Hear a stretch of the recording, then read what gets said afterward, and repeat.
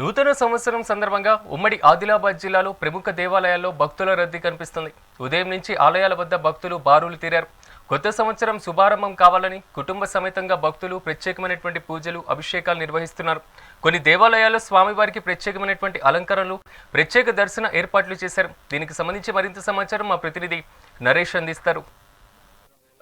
ఆలయాల్లో ఉమ్మడి ఆదిలాబాద్ జిల్లా వ్యాప్తంగా ఆలయాల్లో భక్తుల బారులు చేరారు. ఇటు ఆలయాలకు సంబంధించి స్వామివారిని దర్శనం చేసుకునేందుకు భక్తులు ఉదయం నుంచే స్వామివారి దర్శనానికి బారులు తీరి వస్తున్నారు. ఇటు కుటుంబ సమేతంగా వచ్చి స్వామివారి ఆశీర్వాదం కోసం వచ్చి ప్రత్యేక పూజలు నిర్వహిస్తున్నారు. మరి ఈ క్రమంలోనే ఇటు ఉమ్మడి ఆదిలాబాద్ జిల్లా వ్యాప్తంగా జరుగుతున్న ఆలయాల్లో కోలాహలం కనిపిస్తుంది.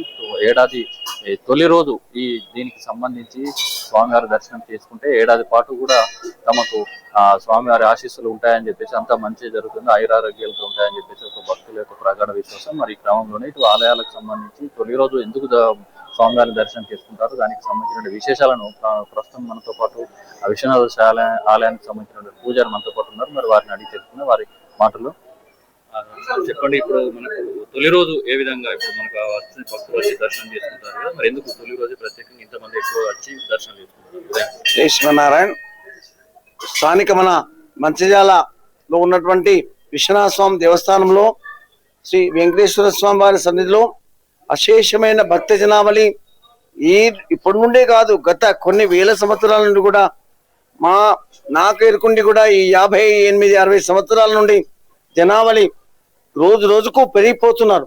ఎందుకంటే భగవంతుని దగ్గరికి వెళ్ళి అనగా ఈ కలియుగం నందు ఈ వెంకటేశ్వర స్వామి వారు మన కోరిన కోరికలు తీర్చాడు అని ఒక అత్యంతమైన విశ్వాసమైన నమ్మకం. కాబట్టి ఉదయం 5 గంటల నుండే భక్త మహాశయులు అధిక సంఖ్యలో విచ్చేస్తున్నారు. ప్రతి సంవత్సరం కూడా అలాగా విచ్చేసి వారు ప్రతి సంవత్సరం కూడా ఆయురారోగ్య ఐశ్వర్యాలు పొందాలని తీర్థ ప్రసాదాలు గ్రహించి, అదేవిధంగా ఈ సంవత్సరం కూడా ఈ మన మంచిర్యాల అనుకోండి, మన తెలంగాణ ప్రాంతము అన్ని కూడా సస్యశ్యామలంగా ఉండాలని మేము కోరుకున్నాము. భక్త మహాశైలు కూడా కోరుకున్నారు అత్యంత విశ్వాసంతో. ఉదయం నుంచే తెల్లవారుజాము నుంచే భక్తులు కూడా ఆలయాల నుంచి తరలి వచ్చి ఇటు ప్రత్యేక పూజలు నిర్వహిస్తూ అభిషేకాలు కూడా నిర్వహిస్తున్న పరిస్థితి కనిపిస్తా ఉంది. మరి ఈ క్రమంలోనే ఏడాది తొలి రోజు జరుగుతున్న స్వామివారిని దర్శించుకుంటే తమకు ఏడాది పాటు 360 రోజుల పాటు కూడా స్వామివారి ఆశీస్సులు ఉంటాయి, ఆయురారోగ్యాలతో కుటుంబ సమేతంగా పిల్లలు అందరూ కూడా అన్ని ఇంట విజయం చేకూరుతుందన్నటువంటి భక్తుల విశ్వాసంతో ఇక్కడ భక్తులు వచ్చి ఇక్కడ ఆలయాల్లో దర్శనాలు చేసుకుంటున్న పరిస్థితి కనిపిస్తుంది. ఇది ఇక్కడ తాజా పరిస్థితి. కెమెరా పర్సన్ శ్రీనివాస్తో నరేష్, మెగా 9 టీవీ, మంచిర్యాల.